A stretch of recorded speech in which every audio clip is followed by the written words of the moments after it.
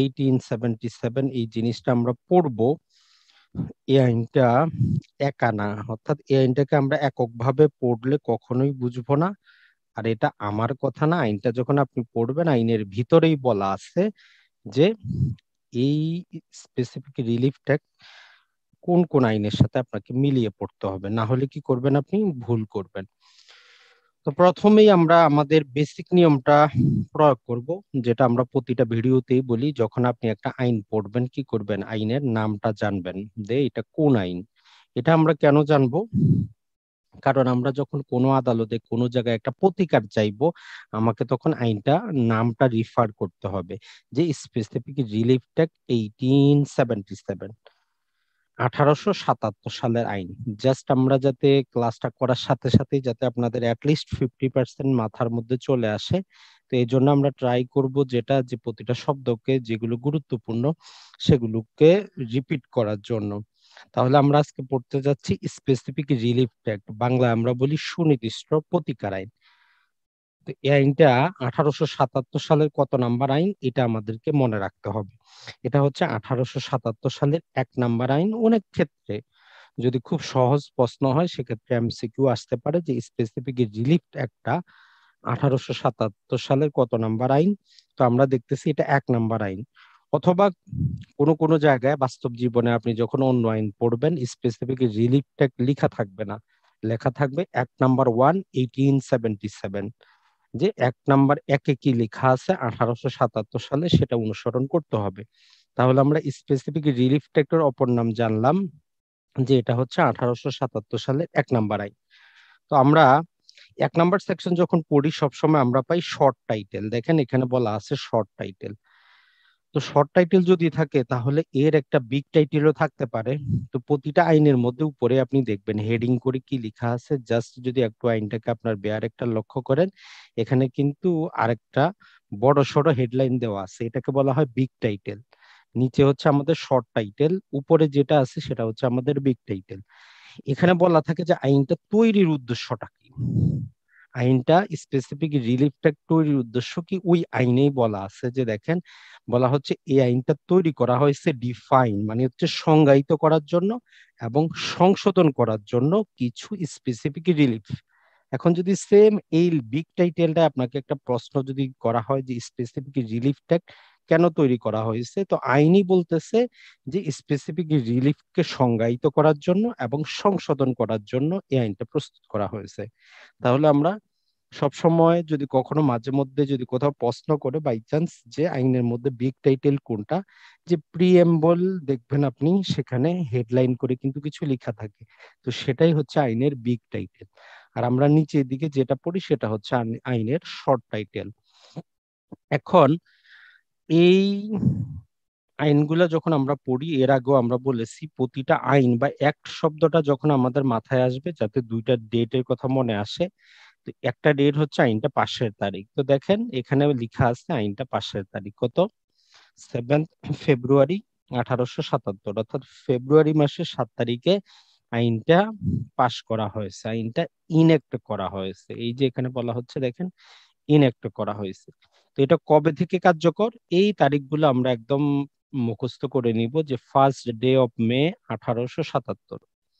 তাহলে এটা ফেব্রুয়ারি মাসে পাশ করা হয় এবং মে মাস থেকে কার্যকর করা হয়। এটা আপনার কিন্তু মুখস্থ রাখতে হবে। এটা হচ্ছে আইনটার একটা বেসিক জিনিস। যদি প্রশ্নগুলো যদি সহজ হয়, এই সঠিক এই যে সহজ প্রশ্নগুলাই কিন্তু আপনার আসবে এমসিকিউটা, যে স্পেসিফিক রিলিফটা কবে থেকে কার্যকর করা হয় বা কবে পাশ হয়, কত নাম্বার আইন, কেন প্রস্তুত করা হয়েছে। যদি প্রশ্নপত্র সহজ করার ইচ্ছা থাকে এগুলোই আসবে।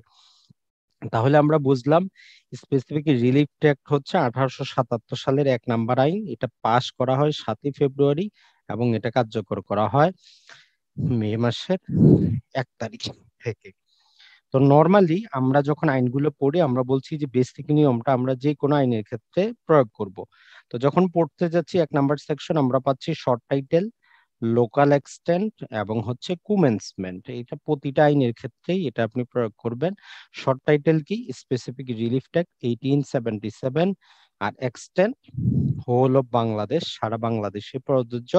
আর কুমেন্সমেন্ট বা যেটাকে আমরা বলি যে কার্যকরের তারিখ বা ইনফোর্সমেন্ট ডেট, সেটা হচ্ছে আমাদের 1 মে 1877। তো আশা করি এই যে বেসিক জিনিসটা, এখানে যে তথ্যগুলো আমরা দিলাম, এগুলো আপনার মুখস্থ হয়ে যাওয়ার কথা।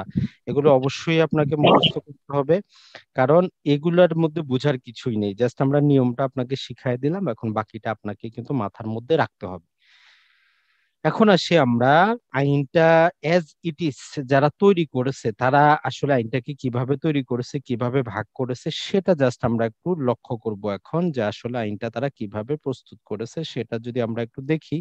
আমরা হ্যান্ড নোটের মধ্যে দেখি যে টোটাল যদি আমরা আইনটা দেখি, আইনটার মধ্যে আমরা 3টা পার্ট পাবো, অর্থাৎ স্পেসিফিক রিলিফ অ্যাক্ট 3টা পার্টে বিভক্ত: পার্ট 1, পার্ট 2, পার্ট 3।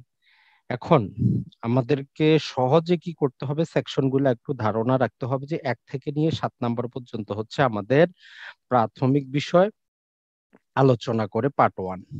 তাহলে 1 থেকে 7 নাম্বার যে সেকশন গুলো, এগুলো হচ্ছে একটা প্রাথমিক বিষয় আলোচনা করে। আর যদি আমরা 8 থেকে নিয়ে 51 নাম্বার পর্যন্ত সেকশন গুলা দেখি, বলতেছে যে এখানে আলোচনা করে সুনির্দিষ্ট প্রতিকার নিয়ে। আর 52 থেকে 57 আলোচনা করে আমাদের প্রিভেন্টিভ রিলিফ বা নিরোধমূলক প্রতিকার নিয়ে। এগুলো হচ্ছে হেডিং। এটা আপনি যদি স্পেসিফিক রিলিফ একটা যদি আপনি খুলেন, আপনি এটার মধ্যেই পাবেন, বেয়ার অ্যাক্টের উপরেই আপনি দেখবেন যে লেখা আছে। জাস্ট আমরা যদি একটু আপনাদেরকে দেখাই, দেখেন যে পার্ট 1-এ লেখা আছে প্রিলিমিনারি অর্থাৎ প্রাথমিক, পার্ট 2-এ লেখা আছে স্পেসিফিক রিলিফ, এবং পার্ট 3-কে লেখা আছে প্রিভেন্টিভ। যদি আমরা দেখি রিলিফ, তার মানে হচ্ছে এই যে 3টা পার্টে বিভক্ত, এটা কিন্তু আমাদের কথা না, এজ ইট ইজ আইনে এটা বলা আছে। তাহলে আমরা আরো একটা জিনিস একটু স্মরণ করে নেই, যে স্পেসিফিক রিলিফ অ্যাক্ট আমাদেরকে 3টা পার্টে বিভক্ত। পার্ট 1 1 থেকে নিয়ে 7 নাম্বার পর্যন্ত সেকশন প্রাথমিক বিষয় আলোচনা করে, 8 থেকে নিয়ে 71 আলোচনা করে আমাদের সুনির্দিষ্ট প্রতিকার নিয়ে, আর 52 থেকে 57 আলোচনা করে প্রিভেন্টিভ রিলিফ বা নিরোধক প্রতিকার নিয়ে। এটা হচ্ছে অ্যাজ ইট ইজ আইনে যেভাবে আছে, জাস্ট সেভাবে আপনাদেরকে একটু আমরা পরিচয় করায় দিচ্ছি। এখন মূল বিষয় হচ্ছে আমাদের কিন্তু এই সুনির্দিষ্ট প্রতিকার আইনের মধ্যে। এটা যদি আমরা দেখি, এটা আবার কি করা হয়েছে, মোটামুটি প্রায় আমরা টোটাল যদি দেখি, আইনটার মধ্যে প্রায় 10টা চ্যাপ্টারে বিভক্ত। যদি আমরা ভুল যদি না করি, এই আইনটা টোটাল আমাদের পার্ট 1 থেকে শুরু করে পার্ট 2 যদি আমরা দেখি, যে চ্যাপ্টার 2, জাস্ট আপনি বেয়ার একটা একটু খুলে দেখতে পারেন, চ্যাপ্টার 3, চ্যাপ্টার 4, 5, 6, 7, 8, 9 এবং 10। তাহলে আমরা যেটি দেখলাম, যে আমাদের স্পেসিফিক রিলিফ ট্যাক্ট 3টা পার্টে বিভক্ত এবং 10টা চ্যাপ্টারে বিভক্ত। এই বেসিক জিনিসটা আমরা একটু মনে রাখবো। তাহলে আমাদের স্পেসিফিক যে রিলিফ ট্যাক্ট আছে, এটা 3টা পার্টে তো বিভক্ত হচ্ছে, আবার চ্যাপ্টারে বিভক্ত হচ্ছে কয়টা, 10টা। তো প্রথম যে পার্ট, এটাতে কোনো চ্যাপ্টার নাই, দ্বিতীয় পার্ট থেকে চ্যাপ্টার শুরু হয়েছে। তো দ্বিতীয় পার্টের যে চ্যাপ্টার গুলো, এগুলো আমরা ধারাবাহিকভাবে প্রতিটা সেকশন কিন্তু পড়বো, যেটা আজকে না, আজকের আমাদের ক্লাসের মূল বিষয়বস্তু হচ্ছে ওভারভিউ দেওয়া। তো এর জন্য আমরা যখন চ্যাপ্টার 1 খুলবো, আমাদেরকে বলা হচ্ছে যে আমরা কি করতে পারবো, সম্পত্তির দখল উদ্ধার করতে পারবো। কত থেকে কত, 8 থেকে 11।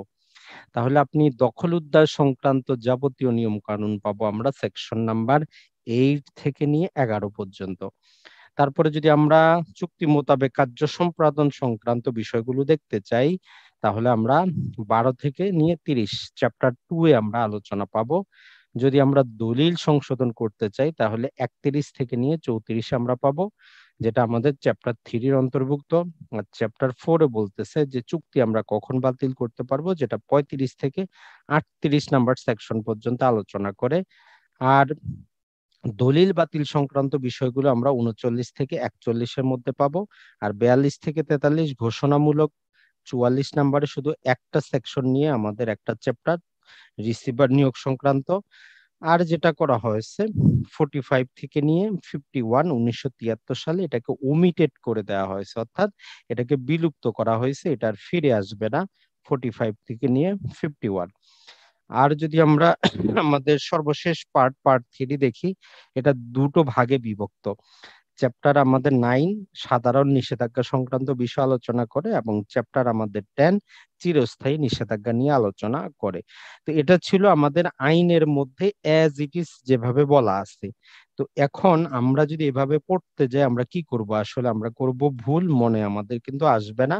তো আমরা এই আইনের 1 নাম্বার সেকশনটা পড়ছি, এটা জাস্ট আমরা একটু স্মরণ রাখবো, আর আইনের ব্যাকগ্রাউন্ডটা আমরা একটু জানছি।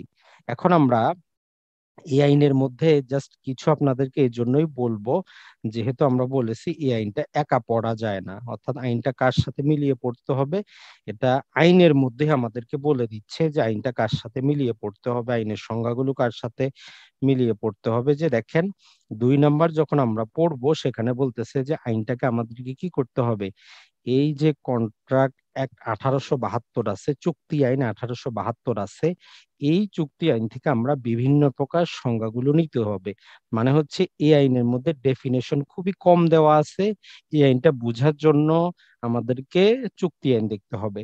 আমরা যখন চুক্তি বাতিল করব, আমরা যখন চুক্তি প্রবল করব, কিন্তু আমি যদি নাই বুঝি কোনটা চুক্তি কোনটা বাতিলযোগ্য চুক্তি, তাহলে আমি কি করতে পারবো না, আইনটাকে বুঝতে পারবো না। তাহলে 1 নাম্বারে হচ্ছে আমরা স্পেসিফিক রিলিফ অ্যাক্টের সাথে চুক্তি আইনটা আমরা মিলিয়ে পড়বো। তো চুক্তি আইন সম্পর্কে আপনাদের ধারণা আছে কিনা আমরা জানি না, তারপর আমরা ধরেই নিচ্ছি আপনার ধারণা আছে। এটা ছিল আমাদের একটা। তাহলে স্পেসিফিক রিলিফ অ্যাক্টের সাথে আমাদেরকে চুক্তি আইনের গুরুত্বপূর্ণ জিনিসগুলো কিন্তু আপনাকে বুঝতে হবে। আরেকটা জিনিস যেটা আপনি যখন কি করবেন, 8 নাম্বার সেকশন যখন আপনি পড়তে যাবেন, এইখানে বলতেছে যে এই যে স্পেসিফিক রিলিফ ট্যাক্টে আপনি দখল উদ্ধার করাবেন, আপনাকে সিপিসি পড়তে হবে। তার মানে স্পেসিফিক রিলিফ ট্যাক্ট বুঝতে গেলে আপনাকে চুক্তি আইন এবং যে সিপিসি দুটা বুঝতে হবে।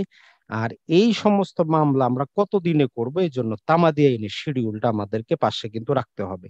তাহলে দেখেন, এই আইনটা পড়ার জন্য বা আইনটাকে যদি আপনি বুঝতে চান সারা জীবনের জন্য, তাহলে আপনাকে চুক্তি আইনের সম্পর্কে ধারণা থাকতে হবে, দেওয়ানি কার্যবিধি সম্পর্কে ধারণা থাকতে হবে, তামাদি আইনের শিডিউল সম্পর্কে ধারণা থাকতে হবে। এই জিনিসটা মনে রাখবেন যে কখনোই আমরা কি করতে পারবো না, শুধু স্পেসিফিক রিলিফ ট্যাগটা যেভাবে দেওয়া আছে এটা পড়ে আমরা 100% বুঝতে পারবো না। আর যদি বুঝারও চেষ্টা করি কয়দিনে ভুলে যাব। তো এখন আমাদের যে সিপিসি আছে এটা আমাদের শিডিউল ভুক্ত আছে, আর যে আমাদের চুক্তি আইন আছে এটা কিন্তু আমাদের শিডিউল ভুক্ত না, বার কাউন্সিলেও এটা কিন্তু প্রশ্ন হিসাবে আসে না।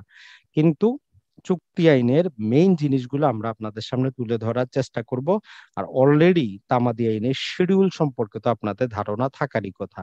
তো আজকের এই যে ওভারভিউ ভিডিওতে আমরা কিন্তু সেকশন ওয়াইজ যাব না, কোন সেকশনে কি আছে, কারণ আমাদেরকে বেসিক জিনিসটাকে ঠিক করে নিতে হবে।